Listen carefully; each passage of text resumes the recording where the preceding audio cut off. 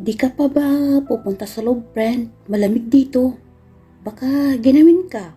Uwi ka ni Margaret sa kaibigang si Sol. Wag na muna, friend. Kayo muna sa loob. Mas gusto ko kasi na tanawin ang mga nagliliparang mga ibon dito sa barko. Tingnan mo, di ba ang gaganda nila? Tuwang wika ni Sol.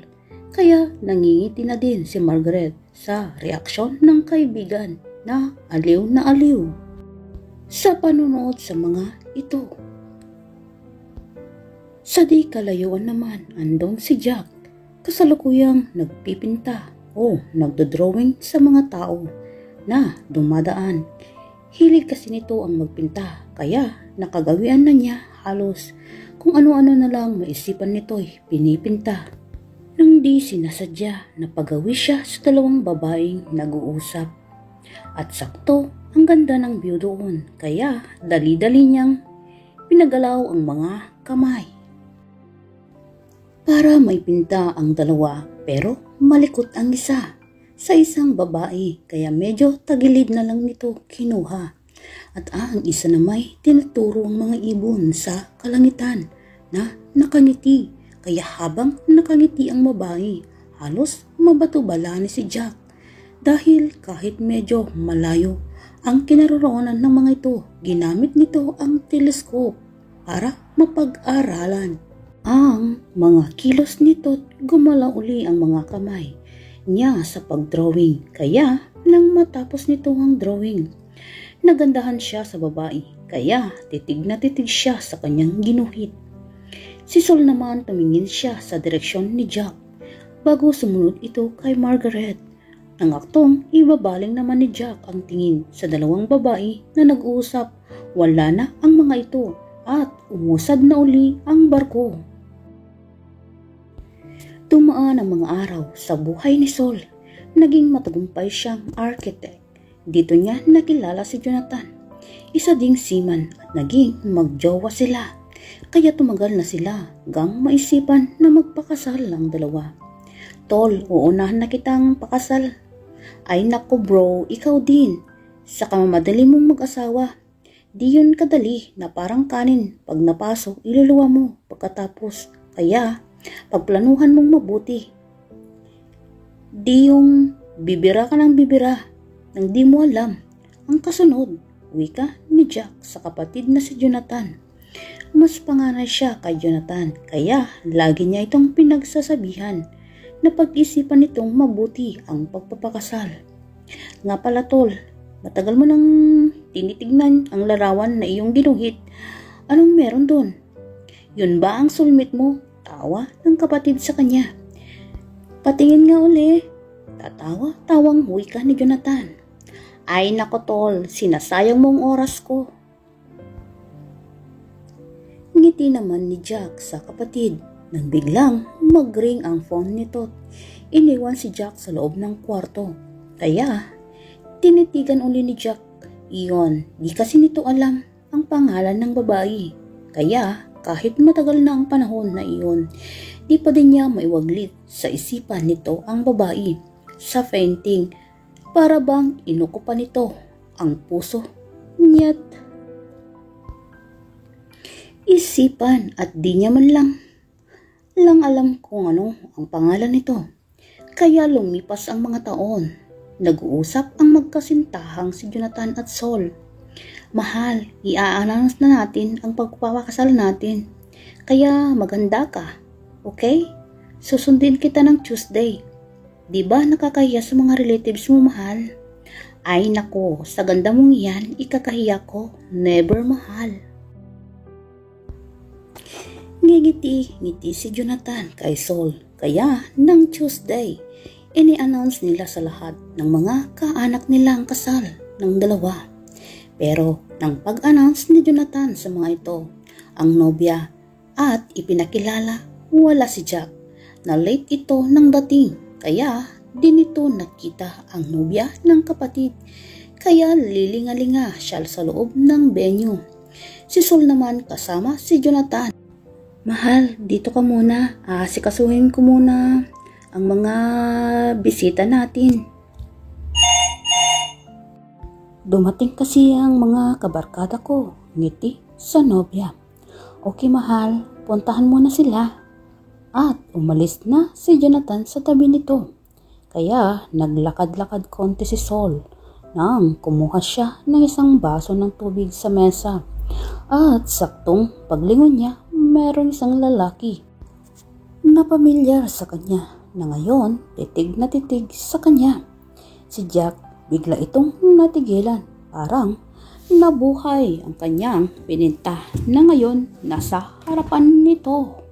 Ang babae. Sa matagal na panahon niyang di maiwaglit ang isipan niya dito. Kaya di na nag-aksaya ng oras si Jack. Nilapitan niya si Sol. Hi miss, parang pamilyar ka sa akin eh. Sino yun sir? Ako ba? Turo ni Sol sa sarili. Oo, ikaw nga. If I remember, nagkita na tayo sa barko. Am I right? Di ko matandaan pero matagal na yun. Sumakay ako ng barko kasi nag-holiday ako sa isang isla. Kasama ang mga kaklase ko noon. Buti naman miss, nagpunta ka dito sa venue ng kapatid ko. May kakilala ka ba dito miss? Ako nga pala si Jack. Anong pangalan mo? Natataranta na si Sol kasi sa gwapo ba naman ng kausap. Parang ahente ito na ang bilis magtanong. Ngingiti si Sol nang biglang lumapit si Jonathan sa mga ito. Tol, magkakilala na kayo ng girlfriend ko. Wika nito. Girlfriend? Sino tol? Ngiti ni Jack sa kapatid habang nakatingin pa din kay Sol. Tol, girlfriend ko si Sol. Mahal ang utol ko. Nabigla si Jack sa natuklasan nang matagal na niyang pinapantasya sa kanyang isipan na di mawaglit at girlfriend ng kapatid. Kaya nauutal na siyang magsalita. Girlfriend siya turo ni Jack kay Sol. Oo naman tol, si Sol ang matagal ko nang sinasabi sa'yo noon pa. Bawing ngiti ni Jack sa dalawa.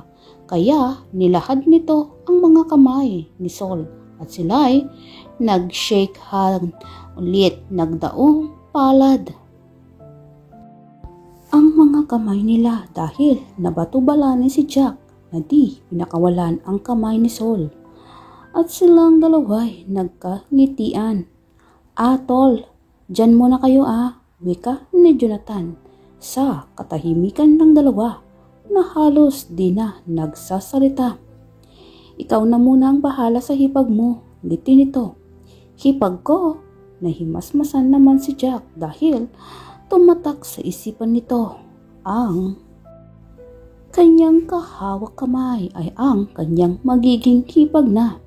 Di alam ni Jack, nagsiselos siya sa kapatid nito dahil ang matagal na pala niyang minamahal at inaalagaan sa kanyang puso'y magiging hipag na nito.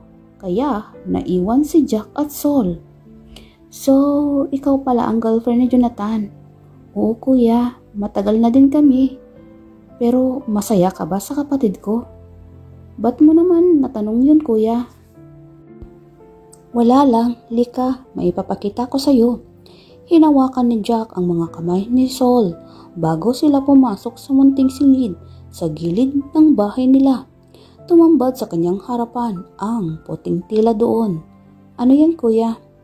Buksan mo, iyan ang gift ko sa'yo. Talaga kuya? Oo, sige na, buksan mo. Ngiti si Jack sa hipag nito. Nang walang ano-ano'y binuksan nga iyon ni Sol. At nakita ang magandang larawan sa painting. Isang babae na tinuturo ang mga ibon sa kalawakan. At sa gilid may kasama ito at biglang gumukit sa alaala ni Sol ang lahat. Iyon ang araw na inaaya siya ni Margaret na pumasok sa loob ng pagtitipon. Kaya ngingiti-ngiti si Sol na tinitigan si Jack dahil sa tuwa. Mabilis niyang pinasalamatan ang bayaw nito dahil maganda ang pagkakaguhit. Nagawa ni Jack. Salamat kuya, ang ganda. Ngingiti-ngiti lang silang dalawa na wala lang. Di maiwasan ni Jack natitigan ang mukha ni Sol. Ang ganda mo, Sol. Swerte ng kapatid ko sa'yo. Salamat, kuya. Mabait din naman si Jonathan at mamuting kapatid sa'yo. Wika ni Sol. At di maiwasan ang dalaway at nagkangitian. Masaya si Sol dahil sa natanggap na ang gift o regalo mula kay Jack. Masaya si Jonathan at Sol pero sa di nila alam, merong trials na darating sa kanilang dalawa. Mahal, ito ng pinakikihintay ko. Ipon muna ako para sa nalalapit nating kasal. Promise, mo babalik ka sa akin ha? Oo naman. Mahal, promise, babalik ako para makasama na kita. Ngiting wika ni Jonathan sa nobya na si Sol, kaya masayang sumakay na uli ng barko ang nobyo. Isa itong seaman sa barko kaya naglayag uli para makaipon sa kasal nila ng nobya. Tinitignan ni Sol ang barko habang papalayo. Nalulungkot siya na di niya mawari. Pero baon pa din ang mga pangako ng nobyo na ito'y babalik na muli sa kanya. Dumaan ang mga araw sa buhay ni Sol at ganon din si Jack. Pilit na winawaglit sa isipan nito si Sol pagkat magiging asawa na ito ng kapatid niyang si Jonathan at magiging hipag na. Pero pag nagdodrawing naman siya, laging si Sol ang nilalaman ng mga modelo niya sa drawing. Ay, ano ba naman to? Bulong na wika ni Jack sa isipan nang biglang tumunog ang phone nito. Ang papa nito ang tumatawag.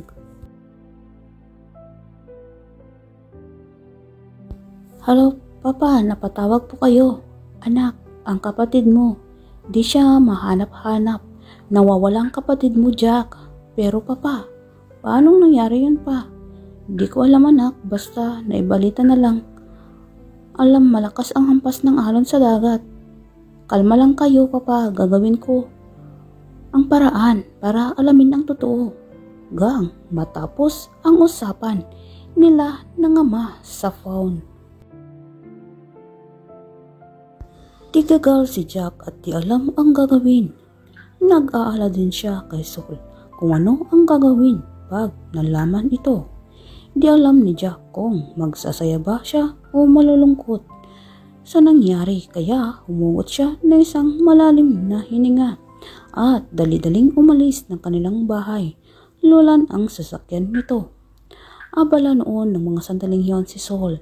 Kasalukuyan siyang nag-i-skate sa lamesa nito. Nang bigla siyang may natabi at biglang tumilapon sa sahig ang pictures nila ni Jonathan at biglang nabasag at napunit sa gitna ang larawan. Kaya naghiwalay sila sa frame. Kainis, paano ko pa ba ito may pagdudugtong?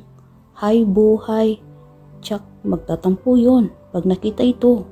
Bulong na wika ni Sol dahil naalala nito ang nobyong si Jonathan at mabilis ang pitik ng puso nito. Nang may kumakatok sa kanyang silid, ang kanyang ina ang kumakatok. Ma, ano po yun? Anak, may bisita ka, kapatid daw ni Jonathan. Okay po ma, bababa na po ako saglit. Tumango ang ina ni Sol bago bumaba. Nang bumaba si Sol, nakita ni Jack ito. Nagandahan siya kay Sol ng mga oras na yon at natameme. Napakaganda kasi ni Sol bigla sa paningin niya. At mas lalo siyang napatitig at sumeryoso siyang bigla dahil di naman ligaw ang pinunta doon. Kumusta ka Sol? Ikaw pala Jack, napadalaw ka. Tumaan lang ako kasi naalala ko na mas makakabuti na sabihin ito ng personal kaysa sa phone. Ang alin ba? Ngiti ni Sol. Sol, habang lumalapit si Jack, patuloy itong nagsalita. Wala na si Jonathan. Di siya mahanap.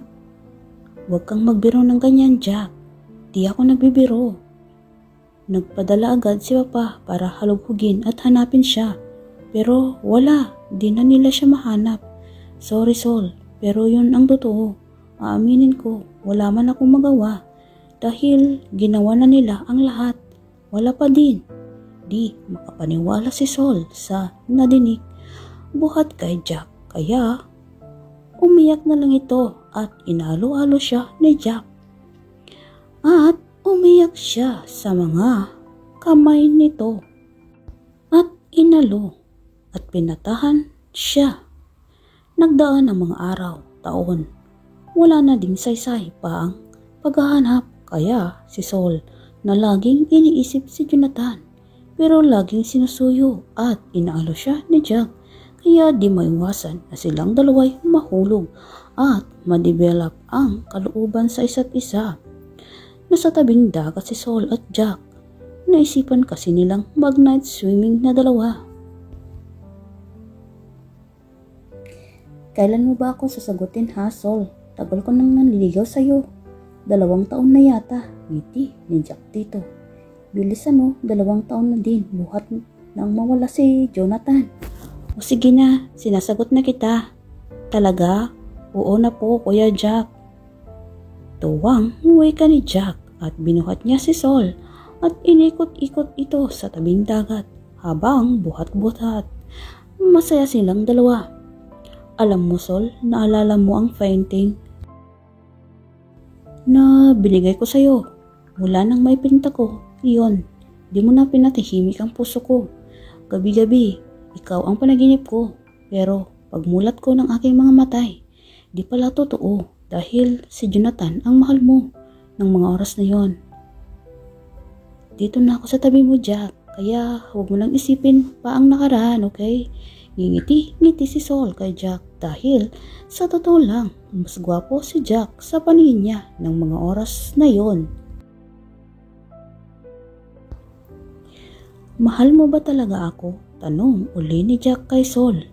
Ano po bang tanong yan, Jack? Oo na nga, sasama ba ako sa iyo sa outing? Kung hindi, tatawa-tawang sagot ni Sol. Oo nga no. Sa kanito, ginawaran ng matamis na ngiti sa kasintahang si Jack. Kaya masaya silang dalawa at tumingin sa kalangitan. Iniisip nilang dalawa si Jonathan kung saan man ito. Alam nilang masaya na din ito sa kanyang kinaroroonan.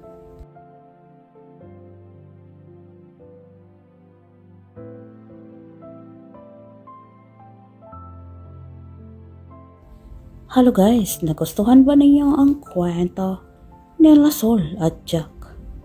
Salamat sa pakikinig at panonood sa video ito. At shout out sa inyong lahat.